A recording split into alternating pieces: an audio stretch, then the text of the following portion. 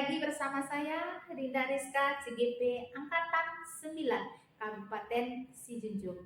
Kali ini kegiatan saya akan melakukan wawancara dengan mewawancarai kepala sekolah dalam menunaikan tugas demonstrasi kontekstual modul 3.1 tentang pengambilan keputusan dengan mempertimbangkan nilai-nilai kebajikan sebagai seorang pemimpin. Selamat menyaksikan.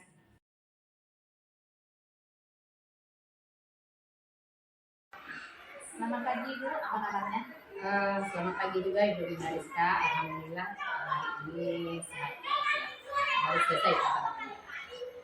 Baik Bu, pertama sekali saya mengucapkan terima kasih karena kita meluangkan waktu Ibu. Hari ini saya sebagai calon guru penggerak demonstrasi ada modul 3.1. Jadi kegiatan saya akan mewawancarai kepala sekolah tentang pengambilan keputusan dengan mempertimbangkan nilai-nilai kebajikan sebagai seorang pemimpin. Boleh. Baik Bu, saya juga ingin belajar banyak sebetulnya dengan Ibu. Bagaimana mengambil keputusan yang menjawab yang oke. Dan ini Bu, mungkin Ibu adalah seorang sekolah yang sudah sangat bertugas, jadi tentu banyak hal-hal administrasi yang ditemui. Nah, dalam hal ini bagaimana cara Ibu menentukan apakah ini khusus tentang guru pramuka atau ini khusus yang berkebutuhan?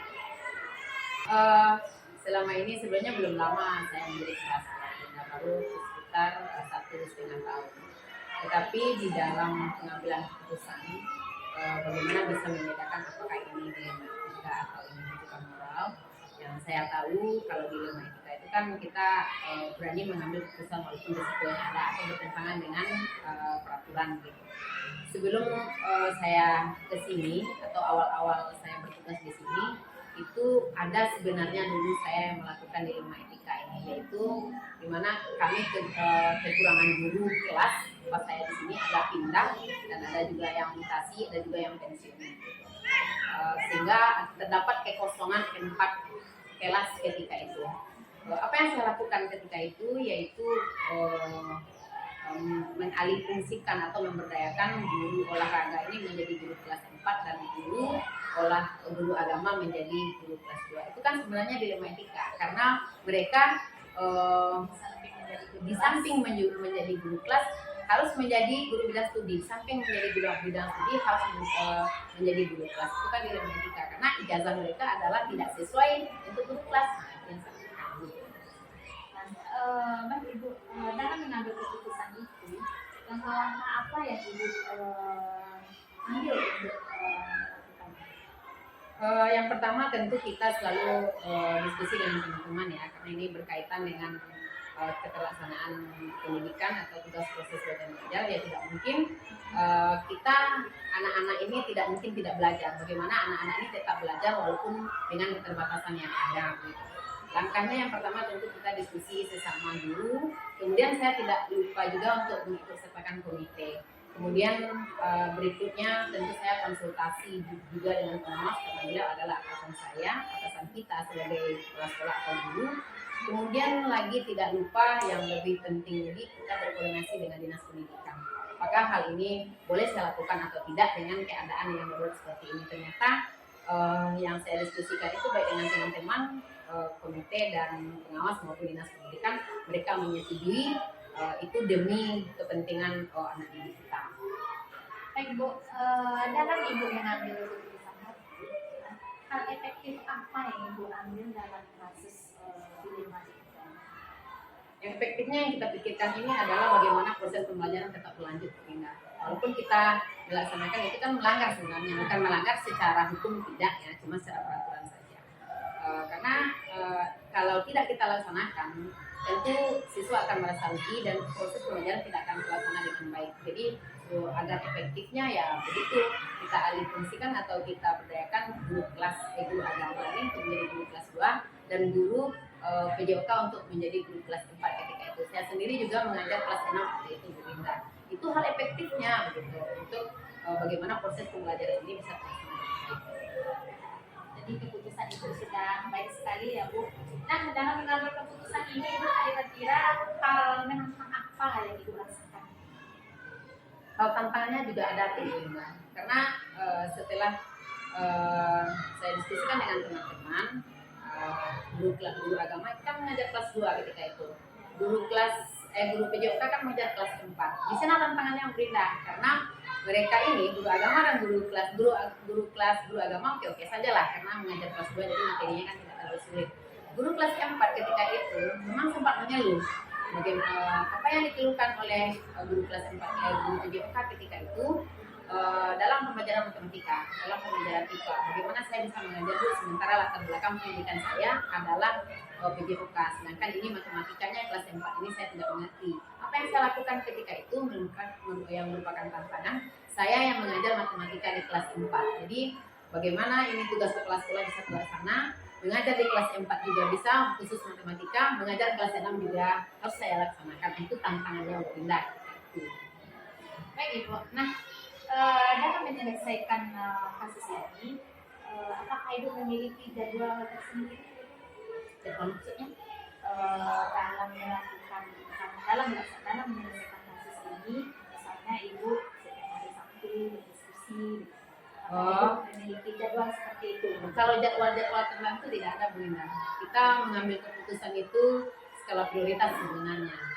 Misalnya ada masalah di kelas 4, langsung briefing bersama pagi itu sebentar. Apa kendalanya di kelas 4 hari ini Bu, belajarnya matematika, saya tidak paham dengan pembelajaran matematika, ya saya langsung sebagai kepala sekolah untuk masuk ke kelas 4. Adapun tugas sebagai kepala sekolah, kalau bisa nanti saya arahkan operator atau teman lain, saya minta tolong gantikan, misalkan ada data seurat atau segala macam, itu kan bisa nanti operator dengan pantauan kita sebagai kepala sekolah.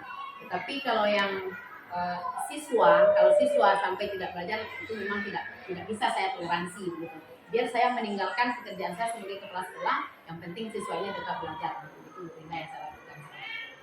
Jadi intinya tetap berkolaborasi ya. Tetap berkolaborasi dengan yang terutama tentu dengan stakeholder yang ada di sekolah ya, majelis guru, PPK. Kemudian tidak yang perlu yang tidak boleh kita tinggalkan itu adalah komite karena dia mitra pengawas ya. Pengawas juga ke pemerintahan nagari juga perlu ya. Kasus-kasus dalam menyelesaikan semua kasus-kasus ini, kira-kira yang paling membantu Ibu itu siapa? Sebenarnya kita kan simbiosis mutualisme ya Bu Rina ya, apalagi di sekolah ya saling membutuhkan. Kepala sekolah butuh guru butuh kepala sekolah. Yang membantu itu tentu saja teman-teman yang terutama ya, teman-teman yang ada di sekolah ini, karena tanpa bantuan teman-teman apapun program di sekolah ini, apapun keputusan kita tentu tidak akan terlaksana dengan baik gitu.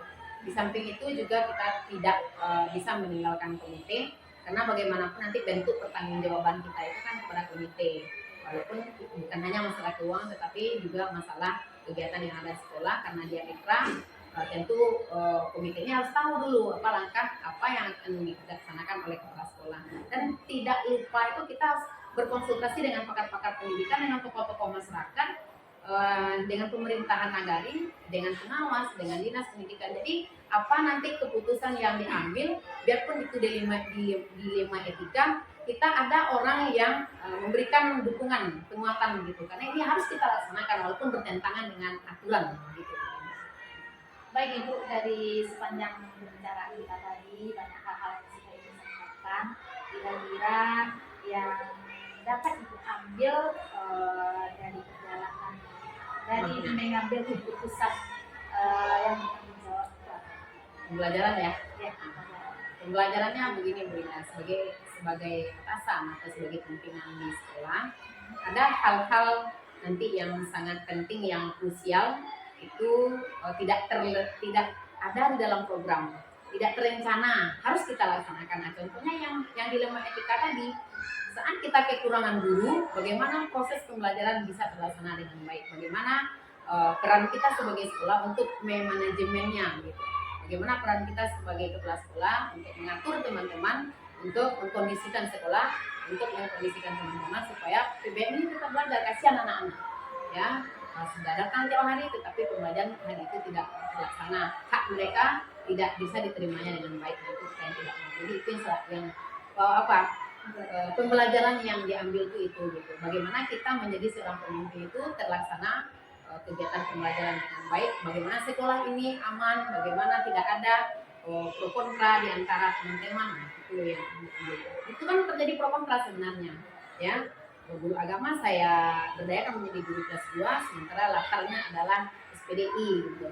Apalagi nih guru PJOK saya berdayakan untuk menjadi guru kelas 4, latar belakangnya PJOK.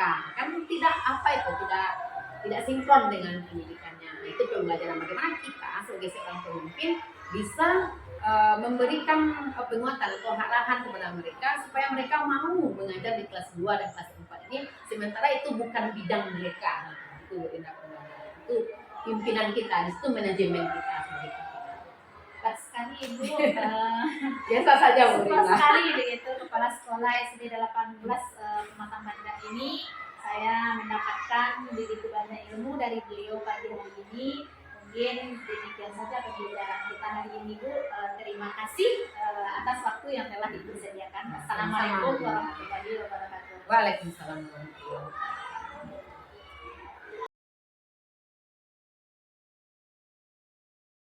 Apa kabarnya?